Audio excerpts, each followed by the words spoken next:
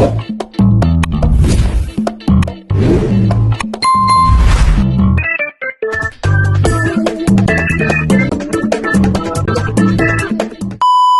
dia, boa tarde, boa noite. Meu nome é Maria Luísa, eu sou aluna de segundo período de fisioterapia aqui do Centro Universitário Governador Zanon Coelho e hoje eu vou apresentar para vocês um tema muito importante da disciplina de Fisiologia Humana, que é a contração muscular. E as outras alunas que vão me ajudar a dar continuidade a esse tema é a Ana Paula, a Graziele, a Isabelle e a Camille. Primeiramente, vamos começar falando sobre a fibra muscular esquelética. Elas são fibras alongadas e seu movimento é voluntário. A maior função das fibras são a contração e a distensão dessas fibras musculares. E para que a contração aconteça, elas vão precisar de íons de cálcio, de estímulos nervosos e ATP, que é a energia. Mais para frente a gente vai falar detalhadamente de cada um deles. Então, as fibras musculares esqueléticas, elas são compostas por miofibrilas, que são nada mais nada menos do que feixes de filamentos proteicos dos músculos estriados esqueléticos, os sarcômeros, que eles são uma unidade contrátil básica das miofibrilas, e os filamentos, que vão ser divididos em filamentos grossos e filamentos finos, de actina e miosina. Pode passar. As miofibrilas, agora eu vou falar um pouco detalhadamente de cada uma. As miofibrilas, como eu disse, são feixes de filamentos proteicos dos músculos e elas apresentam 4 proteínas importantes, que é a tropomiosina, a actina, a miosina e a troponina. A principal função das miofibrilas é a contração muscular.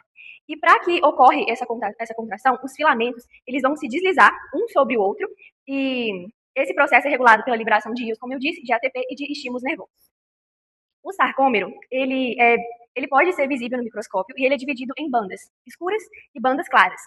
Primeiramente, é a banda A do sarcômero que está apresentando aqui no desenho que eu trouxe para vocês. Essa banda A, ou banda anisotrópicas, são bandas escuras que englobam os filamentos grossos de miosina. A banda 1, ou banda isotrópica, são as bandas mais claras, que contêm apenas filamentos finos de actina e que encontram no espaço entre os 2 filamentos grossos, que é essa banda aqui do desenho. Também temos o disco Z no sarcômero. Esse disco Z ele é uma área que atravessa a banda 1 e marca o ponto de conexão entre 2 filamentos de actina. E também temos a linha M, que ela está bem aqui ao lado da linha Z. Ela marca o ponto médio do sarcômero, que contém uma proteína chamada de miomesina. E, por último, a zona H, que é uma área entre a linha M, aqui, e entre o disco Z. Essa daqui é a banda H, ou zona H. E ela contém apenas a miosina, que é do filamento grosso. Por fim, temos os filamentos que estamos tanto falando, que é o filamento fino, o filamento grosso, de actina e de miosina. Esses filamentos, aqui eu vou mostrar para vocês o filamento fino de actina, e esse é o filamento grosso, eles estão dentro dos sarcômeros, e como pode ver visivelmente, o fino realmente ele é mais fininho, e o filamento grosso de miosina ele é mais grosso.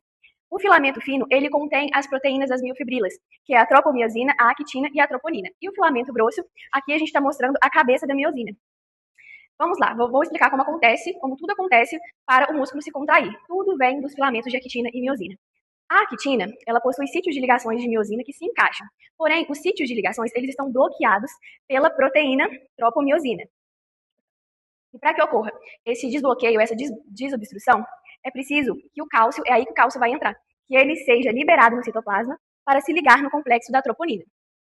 Quando ele se liga na troponina, esses sítios eles se desobstruem e aí sim a actina consegue se ligar à miosina, com muita ajuda do ATP, que é da energia. Assim que a miosina se liga à actina, a miosina ela vai puxar a actina e vai promover a contração muscular. Aqui eu trouxe um desenho do sarcômero quando ele está relaxado e quando a miosina não está puxando a actina. E aqui já é o sarcômero contraído, quando acontece esse deslizamento ou esse repuxão da actina com a miosina. E as linhas Z, quando o sarcômero está contraído, a linha Z se aproxima para que o músculo se contraia. Olá pessoal, eu sou a Camille e no vídeo de hoje a gente vai entender de forma simples o ciclo de pontes cruzadas e o papel da atentase da miosina, que são fundamentais para a contração do músculo esquelético.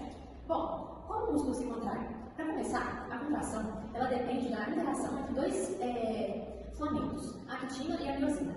É justamente o ciclo das pontes cruzadas que acontece entre eles que gera a força e o encurtamento do sarcômero. É um detalhe importante, a cabeça da miosina, ela possui uma enzima chamada atentase, que é essencial para que tudo aconteça. Bom, agora nessa slide eu vou falar um pouco sobre a ativação da miosina, que é quando o ciclo começa com a miosina se ligando a uma molécula de ATP. A ATPase da própria miosina quebra esse ATP em ADP e fosfato inorgânico, liberando energia. Com essa energia, a cabeça da miosina fica em um estado de alta energia, pronta para agir. Aí, dando sequência, a gente vai falar um pouco sobre a ligação da actina. Ela se dá pelo cálcio que entra em ação e se desloca a tropomiosina e expõe o sítio de actina. A miosina, então, ela se liga ao filamento, formando a ponte cruzada. Aí envolve a força, que é a liberação do fosfato, que acontece o famoso power stroke, o golpe de força. A cabeça da miossina, ela muda a sua conformação e puxa o filamento de actina. Esse movimento é o que realmente curta o sarcômero. No final, o ADP é liberado. Aí no próximo slide a gente vai falar sobre o desprendimento, que acontece porque a miosina solta actina, uma nova molécula de ADP, e ela precisa se ligar à cabeça da miosina. Esse ADP é essencial para romper a ponte cruzada. E sem o ADP, a miosina não se desprende. E aí é o que causa o rigor mortal. E aqui a gente tem o início do ciclo, que é a ATPase, ela hidrolisa esse novo ATP e a cabeça volta ao estado de alta energia e o ciclo pode continuar. Ele se repete várias vezes enquanto houver ATP e causa disponível. Aí a gente vai falar um pouco sobre o próximo slide, que é o papel da ATPase da miosina. A ATPase da miosina é essencial porque fornece energia via hidrólise do ATP, ela define a velocidade da contração muscular, ela permite o desligamento da actina, miosina, e garante a continuidade dos ciclos e duração de contração. Assim, para resumir em geral, a miosina ela usa ATP para se ativar, ela usa essa energia para puxar a actina e precisa de outro ATP para se desprender e iniciar esse ciclo. É assim que milhares de ciclos geram uma contração muscular. É isso. Olá, tudo bem? Meu nome é Graziele e agora eu vou falar um pouquinho sobre o papel do cálcio e da troponina ou da tropomiosina no processo de contração. Eu vou começar falando um pouquinho que no músculo esquelético, o cálcio, como a gente conhece, ele desempenha um papel fundamental, e esse papel central é o papel de gatilho, que isso vai iniciar a contração do músculo. Em repouso, os nossos sítios de ligação da actina para a miosina, eles estão bloqueados pela tropomiosina, como a gente já viu anteriormente. E ela é uma proteína filamentosa que ela se encontra deitada ao longo do filamento da actina. Esse bloqueio, ele impede que as pontes cruzadas de miosina se conectem à actina, mantendo o músculo relaxado dessa forma. Agora eu vou falar um pouquinho sobre o complexo troponina e as suas três finalidades. A regulagem do bloqueio, que impede que as pontes cruzadas de miosina elas se conectem à actina, ela é feita pelo complexo troponina, que ele é formado por três unidades. A troponina C, que vai se ligar ao cálcio, a troponina I, que inibe a interação actina-miosina, e por fim, a troponina T, que ela vai conectar a troponina à tropomiosina. Eu vou começar falando sobre a troponina C, que ela é a subunidade de ligação ao cálcio. Quando os níveis de cálcio intracelular eles aumentam, o cálcio ele vai se ligar à troponina C, que vai desencadear uma mudança conformacional, que ela vai remover o efeito inibitório da troponina I, e isso vai iniciar a contração muscular. A troponina I, ela vai inibir a interação actina-miosina. E como o próprio nome fala, ela é a subunidade inibitória. E em repouso, ela vai se ligar à actina e ela vai inibir a interação entre a actina e a miosina, o que vai prevenir a contração muscular. E por fim, a troponina T, que ela vai conectar a troponina à tropomiosina. A troponina T, ela é a subunidade de ligação à tropomiosina e ela vai ancorar todo o complexo de troponina ao filamento de tropomiosina.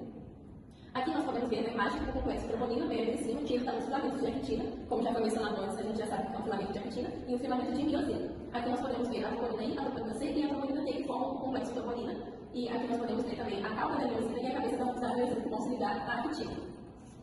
Agora eu vou falar um pouquinho sobre a chegada do cálcio, que é o primeiro passo, quando o potencial de ação ele vai atingir o túbulo T e isso vai ativar o retículo sarcoplasmático. E vai ocorrer uma rápida liberação de cálcio no sarcoplasma, e a concentração de cálcio ela vai aumentar drasticamente. Depois nós temos a ligação do cálcio à troponina C. O cálcio ele vai se ligar à troponina C, provocando uma mudança conformacional em todo o complexo de troponina. E depois nós temos o movimento da tropomiosina, que é a alteração da troponina, e ela vai deslocar a tropomiosina para fora do sítio ativo da actina. E esse movimento ele vai descobrir os locais onde a cabeça da miosina ela pode se ligar. Aqui nós temos também a formação das pontes cruzadas. Com o sítio de ligação exposto, a miosina vai poder se conectar à actina. Isso vai iniciar o ciclo das pontes cruzadas, que vai gerar o deslizamento dos filamentos e, portanto, a contração. E também nós vamos ter a retirada do cálcio e o relaxamento. Quando esse estímulo ele cessa, as bombas de cálcio, as ATPases, elas vão transportar o cálcio de volta para o retículo sarcoplasmático. E a queda do cálcio no sarcoplasma, ela vai permitir que a troponina ela retorne ao seu estado original. E isso vai realocar a tropomiosina sobre o sítio ativo da actina e interrompendo a interação com a miosina e promovendo também o relaxamento muscular. Olá, boa noite. Agora vamos entrar no slide sobre a fase da contração e relaxamento muscular. Para começarmos, esse slide apresenta uma visão geral do que vamos estudar aqui. Nós temos a junção neuromuscular e sarcômero, que são as duas estruturas essenciais para entender como o músculo contrai e relaxa. Bom, essa imagem mostra o caminho completo. Começamos com o músculo inteiro, depois vamos para os fascículos, depois a fibra muscular, as miofibrilas e finalmente chegamos no sarcômero, que é a menor unidade contrátil. Primeiro, a junção neuromuscular é o local onde o neurônio motor se comunica com o músculo. É ali que o sinal elétrico do nervo se transforma em sinal químico capaz de ativar a fibra muscular. Depois, o sarcômero é a menor unidade contrátil do músculo. É nele que ficam os filamentos de actina e miosina, que realizam o deslizamento responsável pela contração.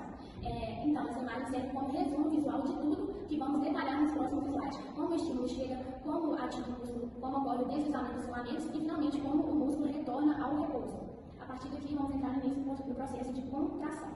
Agora eu vou falar sobre a fase preparatória da contração, acoplamento, excitação e contração. O potencial de ação neural, tudo começa com o potencial de ação nervoso. O impulso elétrico chega até a junção neuromuscular e faz com que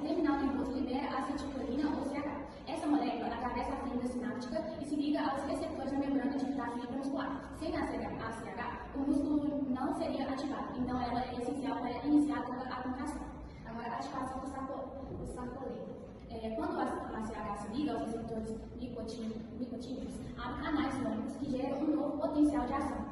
Agora, na fibra muscular, esse sinal se espalha rapidamente pelo sarcolemma e entra nos túbulos T, levando um impulso elétrico para o interior da fibra. É como se a fibra recebesse a mensagem para contrair em todas as regiões ao mesmo tempo. Liberação de cálcio. Nos túbulos T, o potencial ativa os canais de DHP, que funcionam como sensores de voltagem. Eles acionam os canais de hianoidina, retículo sarcoplasmático, liberando cálcio para o citosol. Esse aumento de cálcio é o sinal químico que vai permitir a contração, funcionando como uma chave que desbloqueia o mecanismo contrátil. Agora, a exposição dos sítios de ligação. O cálcio se liga à troponina, provocando uma mudança na tropomiosina que bloqueava os sítios ativos da actina. Quando a tropomiosina se afasta, esses sítios ficam expostos, permitindo que a miosina se ligue e inicie o ciclo de contração. É nesse momento que o impulso elétrico se transforma na ação mecânica. Agora, mostrando ali na imagem, nós vemos o começo de todo o processo de contração muscular. Tudo se inicia quando o potencial de ação chega no neurônio motor e atinge a junção neuromuscular. Nesse ponto, o neurônio libera a acetilcolina na fibra sináptica. Essa acetilcolina se liga aos receptores nicotínicos presentes na membrana da fibra muscular, o sarcolemma. Quando esses receptores são ativados, ocorre a despolarização da membrana, gerando um novo potencial de ação, agora dentro da própria fibra muscular. Esse impulso elétrico se propaga rapidamente pelo sarcolemma, desce pelos túbulos T, que são invaginações da membrana que levam o sinal para as regiões mais profundas da fibra. Quando o potencial de ação chega aos túbulos T, ele ativa os receptores sensíveis à voltagem chamados receptores DHP.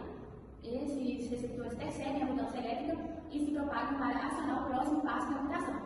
Que é na segunda imagem. Vemos que acontece logo depois que os receptores DHP são ativados. Esses receptores DHP se conectam diretamente aos canais de cálcio do retículo sarcoplasmático, chamados receptores de hianodina. Quando os DHP são ativados pelo potencial de ação, eles desencadeiam a abertura dos receptores de hianodina.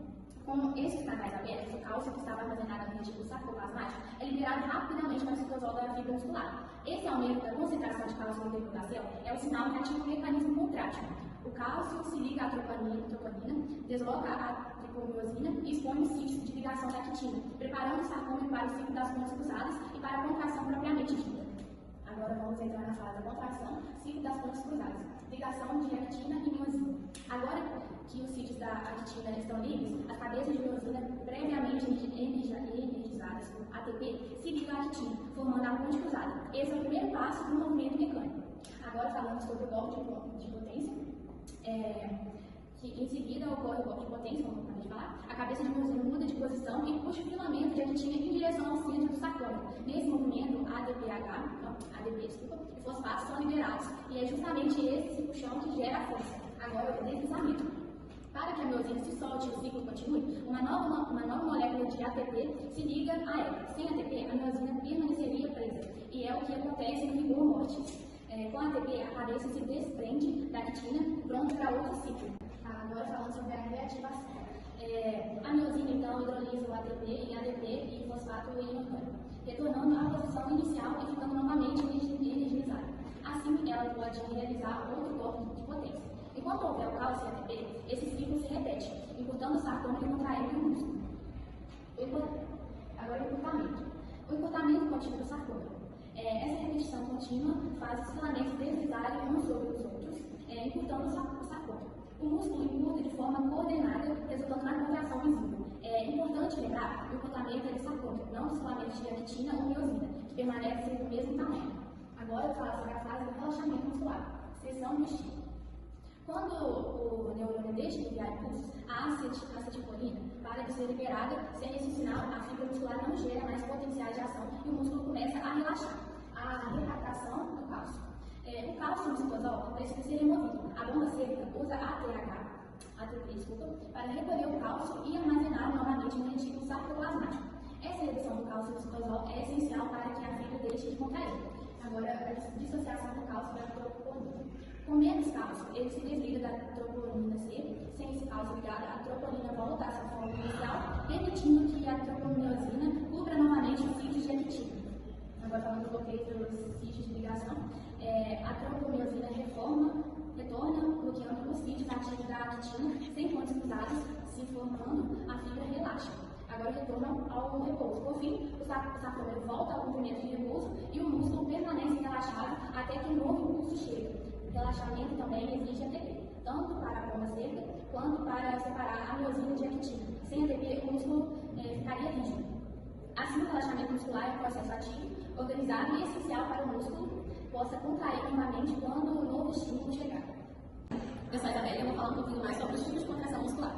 Como vocês podem ver aqui, eu vou falar mais sobre a contração isométrica. Ela é a contração do músculo estriado que é caracterizada por uma mudança da tensão muscular sem uma mudança do comprimento do músculo. E essas contrações isométricas, elas são observadas, por exemplo, ao empurrar contra um objeto imóvel, ou tentar levantar um peso muito pesado, ou também ao realizar esse movimento de prancha, como vocês podem observar aqui, que esse bonequinho está realizando o movimento. Aí nessa imagem, vocês podem observar que, mesmo a tensão estando baixa ou elevada, ou seja, quando o movimento começa a ser realizado ou ainda não está sendo realizado, e quando ele está sendo realizado com uma tensão mais alta, o músculo ele não vai mudar o movimento. E isso caracteriza a contração isométrica. Aí aqui eu trouxe também como essa contração isométrica ela está acontecendo em tempo real. Vocês podem ver que o músculo ele continua sem distensão, o músculo ele continua na mesma posição, mas ainda assim ele está realizando a contração. Eu vou falar também um pouquinho sobre a contração isotônica, que é outro tipo de contração. E essa contração do músculo estriado é caracterizada pela tensão muscular constante, com variação no comprimento do músculo, ao contrário da anterior. Esse tipo de contração ocorre quando a força de contração corresponde à carga total sobre o músculo. E essas contrações isotônicas elas são observadas durante, por exemplo, atividades como caminhar, correr ou agachar. E esse tipo de contração ele pode ser dividido em dois tipos, a contração isotônica concêntrica e a excêntrica. Aí aqui na imagem vocês podem observar que, diferente da contração isométrica, o músculo ele está carregando algum peso, aí tem a contração e o relaxamento e vai ter o inflamento do músculo. Eu também vou mostrar aqui para vocês esse exemplo de contração isotônica em tempo real, que vocês podem ver aqui sendo realizada, a extensão excêntrica e a flexão que é concêntrica.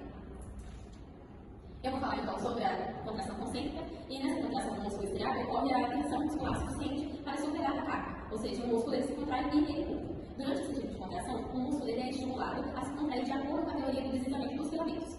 Essas contrações concêntricas elas são observadas durante atividades como, por exemplo, a flexão do bíceps ou levantar-se de uma posição de agachamento. Já na contração excêntrica, ela ocorre quando o músculo ele trabalha para desacelerar uma articulação no final do movimento, ao invés de puxar a articulação na direção da contração.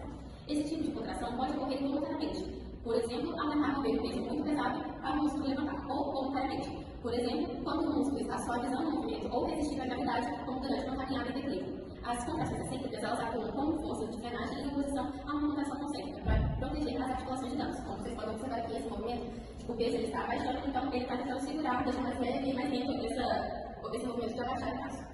Eu também vou falar um pouquinho sobre uma relação muito importante, que é a relação força-comprimento. Essa relação força-comprimento ela descreve a dependência da força isométrica em estado estacionário do músculo em função do comprimento do músculo. Ela é caracterizada por uma inclinação positiva em comprimentos curtos, ou seja, a força aumentada com o aumento do comprimento, uma inclinação zero em comprimentos intermediários e uma inclinação negativa em comprimentos musculares longos, ou seja, a força diminui com o aumento do comprimento.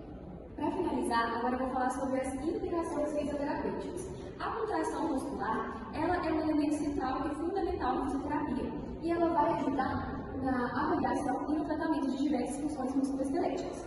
E as principais implicações e aplicações incluem a reabilitação e o fortalecimento, que é essencial para recuperar a força e a função com lesões. Ajuda também a prevenir a atrofia, aumenta a força e restaura a capacidade de atividades físicas. E também vai ajudar no controle motor e estabilização articular, que é crucial para a coordenação e para a nossa postura. A contração dos músculos agonistas e antagonistas estabiliza as articulações e é fundamental na reeducação neuromuscular de pacientes neurológicos. Aqui estão as nossas referências que usamos para fazer esse trabalho. E aqui colocamos duas ideias de vídeos do YouTube, que são vídeos educativos que vai explicar o que a gente deu a explicação aqui, da continuidade. São vídeos muito interessantes para quem tiver interesse de ver. E é isso. Muito obrigada pela atenção.